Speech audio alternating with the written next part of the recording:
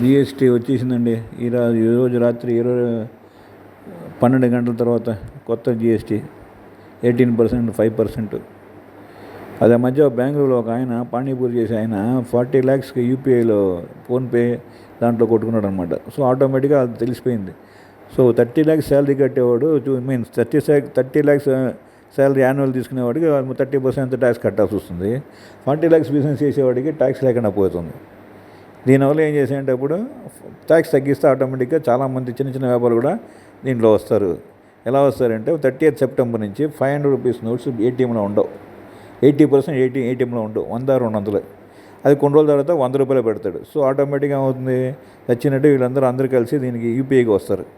UPI transaction ఇది depend అవ్వాలి. దానికి ఛార్జ్ పెంచుతాడు అనుకోండి, 12%, 20%, అప్పుడు ఛార్జ్ చేస్తాడు.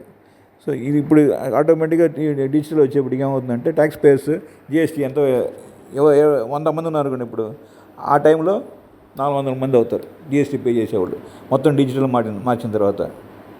ఇది ఫస్ట్ క్వార్టర్, సెకండ్ క్వార్టర్కి ఉండదు, కానీ థర్డ్ క్వార్టర్ నుంచి పే చేసేవాళ్ళు ఎక్కువ అవుతారు. అది ఊరికే తగ్గించరు కదా గవర్నమెంట్, ఊరికే లాస్ ఇచ్చేస్తాం. 12 లక్షలకి నో ట్యాక్స్ అన్నాడు. అది మామూలు శాలరీ ఇది ఇండివిజువల్కి 12 లక్షలు, 10 లక్షల వరకు ట్రాన్సాక్షన్ చేసుకున్నాడు యూపీఐలో. ఇవన్నీ ఊరికే చేస్తారంటే గవర్నమెంట్ ఏది ఆశించకుండా ఏది చేయరు. క్లవర్ మోడీ గారు, మంచి క్లవర్. Hats off good.